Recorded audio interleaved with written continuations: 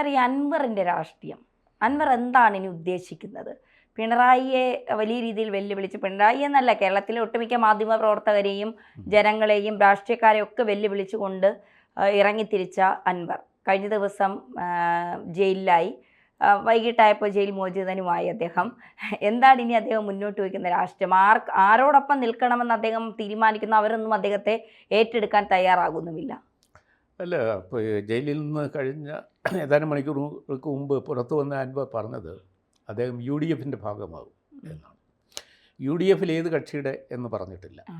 അത് മുസ്ലിം ലീഗാണോ, അതോ കോൺഗ്രസ് ആണോ, അതോ DMK എന്ന് പറഞ്ഞ അദ്ദേഹത്തിൻ്റെ ഒരു ഏർമാടം ഉണ്ടല്ലോ, ഔട്ട്ഫിറ്റ്, അതിൻ്റെ പേരിൽ ഒരു ഘടകകക്ഷിയായിട്ടാണോ എന്നൊന്നും അദ്ദേഹം വ്യക്തമാക്കിയിട്ടില്ല. ഏതായാലും അദ്ദേഹം UDF ഭാഗമാകും. UDF ഭാഗമായാൽ ഇദ്ദേഹത്തിൻ്റെ കക്ഷിക്ക് അദ്ദേഹം ചില സീറ്റുകൾ ഡിമാൻഡ് ചെയ്യും. തീർച്ചയായിട്ടും നിലമ്പൂർ സീറ്റ് വേണമല്ലോ. നിലമ്പൂർ സീറ്റ് കൊടുക്കുന്നതിനെ എതിർക്കാൻ കോൺഗ്രസ്സിൽ 1 ഡസൻ ആളുകളുണ്ട്. ആര്യാടൻ ഷൗക്കത്ത് ആണ് അവിടെ കോൺഗ്രസിൻ്റെ ഫൈനൽ കാമ്പൻ. അപ്പോൾ ആര്യാടൻ ഷൗക്കത്തിനെ വിരോധിപ്പിച്ച് PV അൻവറിനെ അവിടെ മത്സരിപ്പിക്കണം എന്ന് KPC പ്രസിഡന്റ് തീരുമാനിക്കുമോ? അങ്ങനെയാണെങ്കിൽ കേരളത്തിൽ കോൺഗ്രസിൻ്റെ ഹരാഗിരിയാണ്. അപ്പോൾ അങ്ങനെ ഒന്നും സംഭവിക്കാനിടയില്ല. പിന്നെ UDF ഭാഗമാകുമ്പോൾ ഇപ്പോൾ പിണറായി വിജയനെ മുച്ചൂടും എതിർക്കുന്ന ഒരാൾ എന്ന നിലയിൽ, ഒരു രാഷ്ട്രീയമായ തന്ത്രം എന്ന നിലയിൽ അദ്ദേഹത്തെ UDF പാർട്ടികളൊക്കെ പ്രോത്സാഹിപ്പിക്കും. കാരണം അദ്ദേഹത്തിൻ്റെ പ്രഖ്യാപിത ലക്ഷ്യം പിണറായി വിജയനെ താഴെ ഇറക്കുക എന്നുള്ളത്. അത്രയും ഭാഗം UDF സ്വീകാര്യമാണ്. പക്ഷേ അതിന് ശേഷമുള്ള കാര്യം അവരാലോചിക്കും. അപ്പോൾ അവരുടെയൊക്കെ സേഫ്റ്റിയും കൂടെ നോക്കിക്കൊണ്ടേ അവർ ചെയ്യുള്ളൂ. അങ്ങനെ വരുമ്പോൾ കേവലം ഒരു MLA ഒക്കെ ആകാൻ മാത്രം കഴിയുന്ന ഒരു സ്ഥാനാർത്ഥിയായി മാത്രം PV അൻവർ മാറും. PV അൻവർ നിയമസഭയിൽ ഇനി വരത്തില്ലെന്നൊന്നും ഞാൻ പറയുന്നില്ല.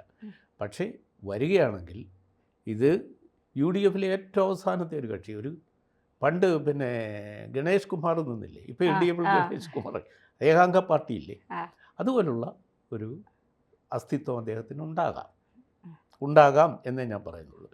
അതായിരിക്കുമോ PV അൻവറിൻ്റെ ലക്ഷ്യം? ചിലപ്പോൾ KK രമ ഉൾപ്പെടെ പറയുന്നുണ്ട് കേരളം കണ്ട ഏറ്റവും പേടിത്തൊണ്ടനായ മുഖ്യമന്ത്രിയാണ് പിണറായി വിജയനെന്ന്. കൊടുത്തതൊക്കെ തിരിച്ചടിക്കാൻ തുടങ്ങിയിരിക്കുന്നു, കാലം കണക്ക് ചോദിക്കാതെ പോകില്ല എന്നൊക്കെ PV അൻവറിൻ്റെ അറസ്റ്റുമായി ബന്ധപ്പെട്ടൊക്കെ KK രമ പ്രതികരിച്ചിട്ടുണ്ട്. ഏറ്റവും കൂടുതൽ ഒരുപക്ഷെ KK രമയെ സംബന്ധിച്ചിടത്തോളം ഏറ്റവും കൂടുതൽ നഷ്ടം സംഭവിച്ചിരിക്കുന്നത് അവർക്കാണ്. കാരണം 51 വെട്ടിയാണ് TPA ഇല്ലാതാക്കിയത്. തീർച്ചയായിട്ടും ഇത്തരം ഒരു പേടിത്തൊണ്ടൻ, പിണറായി വിജയനെ പോലെ ഒരു മുഖ്യമന്ത്രിയെ കേരളം കണ്ടിട്ടില്ല എന്നൊക്കെ പറയുമ്പോൾ ഈ അൻവറിൻ്റെ രാഷ്ട്രീയവുമായി ഇതിനെന്തെങ്കിലും ചേർച്ച നമ്മൾ?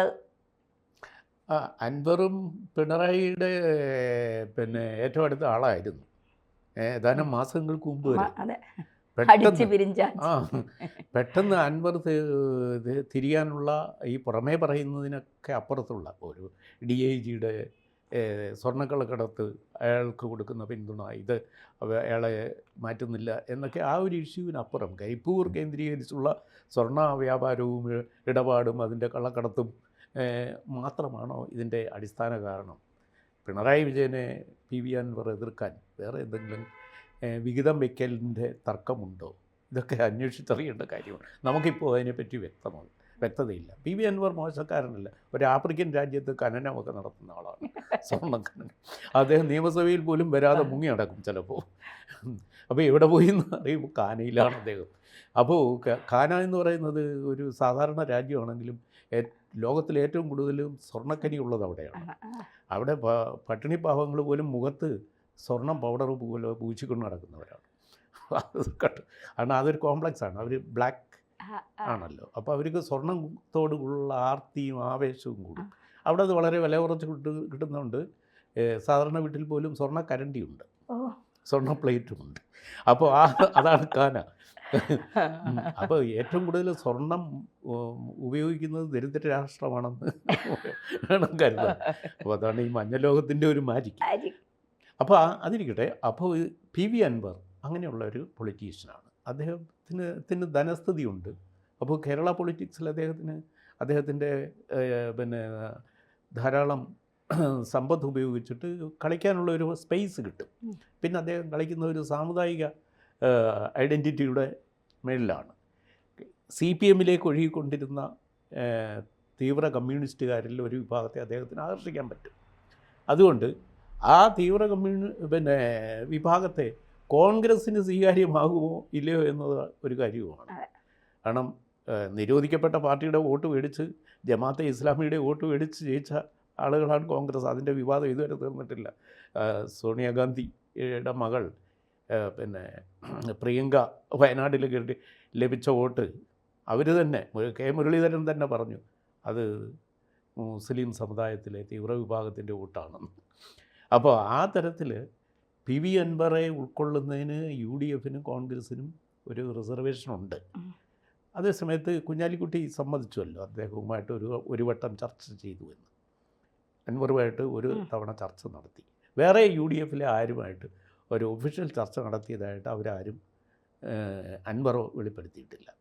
ആ നിലയ്ക്ക് കോൺഗ്രസ്സിലേക്ക് അൻവർ എത്തുന്നതിനേക്കാൾ എളുപ്പം UDF-ൽ നേരത്തെ പറഞ്ഞ പോലെ KK രമയെ പോലെ ഒരംഗമായി വേണേ നിലനിൽക്കാം. അതായിരിക്കും അദ്ദേഹത്തിൻ്റെ രാഷ്ട്രീയ ഭാവം. തീർച്ചയായിട്ടും ഈ അൻവറും പിണറായിയും തമ്മിലുള്ള പോരിങ്ങനെ കടുക്കുമ്പോൾ അത് മുതലെടുക്കാൻ UDF ശ്രമിക്കേണ്ടതല്ലേ? പക്ഷേ അൻവറിനെ പോലെ ഒരാളെ വിളിച്ച് വീടിനകത്ത് കയറ്റിയാൽ ഉണ്ടാകുന്ന ബുദ്ധിമുട്ട് എന്താണ് എന്നുള്ളത് ഒരുപക്ഷെ UDF മനസ്സിലാക്കിയിട്ടുണ്ടാകാം. ഇപ്പോൾ LDF-ൽ നിന്ന് ഇറങ്ങുകയും ചെയ്ത് UDF-ലോട്ട് കയറാനും പറ്റുന്നില്ല. ഇനി ഏക ലക്ഷ്യം BJP ആണ്, അവരോട്ട് അടുപ്പിക്കുന്നതുമില്ല. അപ്പോൾ അൻവർ ഇപ്പോൾ ഒരിടവും ഇല്ലാത്തൊരവസ്ഥയിലാണോ? അല്ല, അൻവർ തൃശങ്കൂലാകില്ല. കാരണം ലീഗിൽ നിന്ന് അദ്ദേഹത്തിന് എന്തോ ഒരു ഉറപ്പ് കിട്ടിയിട്ടുണ്ട്. അൻവർ അത്ര ബുദ്ധിശൂന്യനാണെന്ന് ഞാൻ കരുതുന്നില്ല. അദ്ദേഹത്തിന് UDF-ൻ്റെ ഭാഗമാകാൻ പറ്റും എന്നൊരു വിശ്വാസമുള്ളത് കൊണ്ടാണല്ലോ അത് KPCC പ്രസിഡൻറ്റും പ്രതിപക്ഷ നേതാവും അനുകൂലമായ സ്വരത്തിൽ സംസാരിച്ചിട്ടും അൻവർ ഞാൻ UDF-ൻ്റെ ഭാഗമാകും എന്ന് പറഞ്ഞത്. UDF-ൻ്റെ ഭാഗമാകുക എന്ന് പറഞ്ഞാൽ ഒരു ഘടകകക്ഷി എന്ന നിലയിൽ UDF-ൽ വരാം. കാരണം LDF-നെ എതിർക്കുന്നു എന്നതായിരിക്കും അദ്ദേഹത്തിന് അതിലേക്കുള്ള പ്രവേശനത്തിന് വഴിയൊരുക്കുക. പിണറായി വിജയനെ പേരെടുത്ത് പറഞ്ഞ് എതിർക്കുന്ന ഒരാൾ, അപ്പോൾ അതൊരു ഒരു രാഷ്ട്രീയ തന്ത്രം എന്ന നിലയിൽ അദ്ദേഹത്തെ ഒരു ഘടകകക്ഷിയാക്കാം. KK രമ പിണറായി വിജയനെ അല്ലയോ എതിർക്കുന്നത്, CPM-നെ അല്ലല്ലോ. അപ്പോൾ ആ തരത്തിൽ ഒരു ഞാൻ പറഞ്ഞ RMPയുടെ ഒരു പ്രതിനിധി എന്ന നിലയിൽ UDF-ൽ ഒരാൾക്ക് നിലനിൽപ്പുള്ളതുപോലെ DMK എന്നോ മറ്റോ അൻവറിൻ്റെ പാർട്ടിയുടെ പേര്, ആ പാർട്ടിക്കും UDF-ൽ ഒരു ഘടകകക്ഷിയായി പോകാൻ കഴിഞ്ഞേക്കും. ഇനി ഞങ്ങളെക്കുറിച്ച് ഒരു വാക്ക് പോലും മിണ്ടരുത് എന്ന് താക്കീതാണോ ഈ ഒരു അറസ്റ്റിന് പിന്നിൽ? അത് എനിക്ക് തോന്നുന്നത് ഒരാളെ അറസ്റ്റ് ചെയ്ത് പിറ്റേന്ന് വിട്ടയച്ചപ്പോൾ ഇപ്പോൾ അൻവറിന് കുറച്ചുകൂടെ ഒരു രാഷ്ട്രീയ പിൻബലം കിട്ടി. അല്ല, ജനശ്രദ്ധയിലേക്ക് അയാൾ ഒരു സാധാരണ MLA ആയ ഒരാൾ. കേരളത്തിൽ 140 MLA ഉണ്ട്. PV അൻവറിന് കിട്ടിയ പബ്ലിസിറ്റിയും അദ്ദേഹത്തിന് കിട്ടിയ ഇമ്പോർട്ടൻസും കേരള രാഷ്ട്രീയത്തിൽ വേറൊരു MLA-ക്കും ഇപ്പോൾ ഇല്ല. അപ്പോൾ അതുകൊണ്ട് ഈ അറസ്റ്റ് മനഃപൂർവ്വം അയാൾക്കൊരു കാലം ഉണ്ടാക്കി കൊടുത്താണോ എന്ന് ഞാൻ സംശയിക്കുന്നുണ്ട്. അതൊക്കെ ഇനി കാലം കുറച്ചുകൂടെ നീങ്ങുമ്പോഴേ നമുക്ക് മനസ്സിലാവുള്ളൂ യഥാർത്ഥത്തിൽ PV അൻവറിനെ അറസ്റ്റ് ചെയ്ത് വലിയ ആളാക്കുകയാണോ. അത് കാണാനിരിക്കുന്നത്. തീർച്ചയായിട്ടും കാണാനിരിക്കുന്നത്.